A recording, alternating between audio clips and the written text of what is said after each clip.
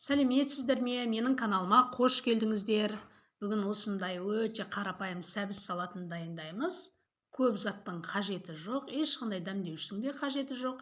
Үйдегі бар заттармен дайындаймыз. Бірақ өте дәмді болып шығады. Ол үшін бізге осындай үлкен 3 сәбіз, 1 пияз қажет. Алдымен ыдысымызға сәбізді түркіден өткізіп аламыз үкіштен.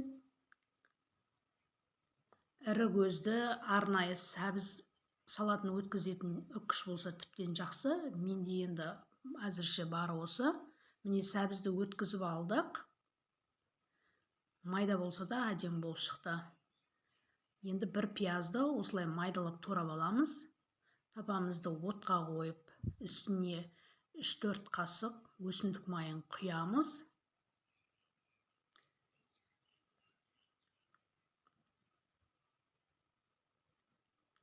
Енді осы қызған майдың үстіне пиязымызды салып, пиязды қып-қызыл етіп қуырып аламыз.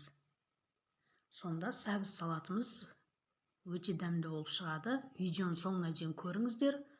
Және де осылай дайындап жатқан болсаңыздар, ұнаған болса, міндетті түрде пікір жазыңыздар. Дәміне қарай тұз қосамыз. Жарты шай қасық кориандр қосамыз толтырмай. Паприка қосамыз. Салаттың түсін кіргізеді әдемі қылып.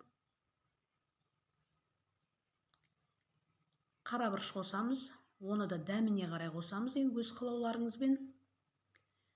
Сосын осындай 2 тіс чеснокты майдалап тураймыз, және де ащы қызыл бұрышты қосып тураймыз. Жаңа шыққан ащы бұрыш болса тіптен жақсы.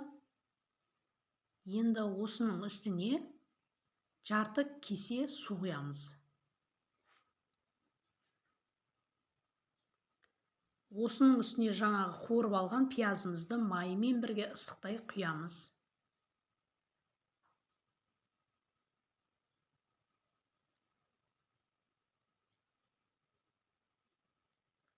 Енді барлығын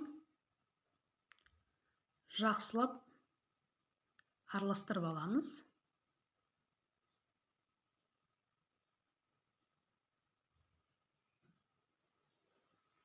Міне салатымыз дайын болды. Осындай өте дәмді, сулы болып шығады салатымыз. Өте керемет болып шығады. Сіздер дайындап көріңіздер.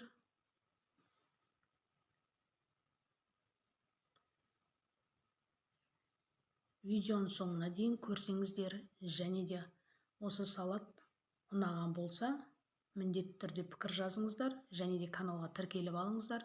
Күнде жаңа рецепттер салынып жатыр. Қазақша каналға қолдау көрсетіңіздер. Баршаңызға рахмет.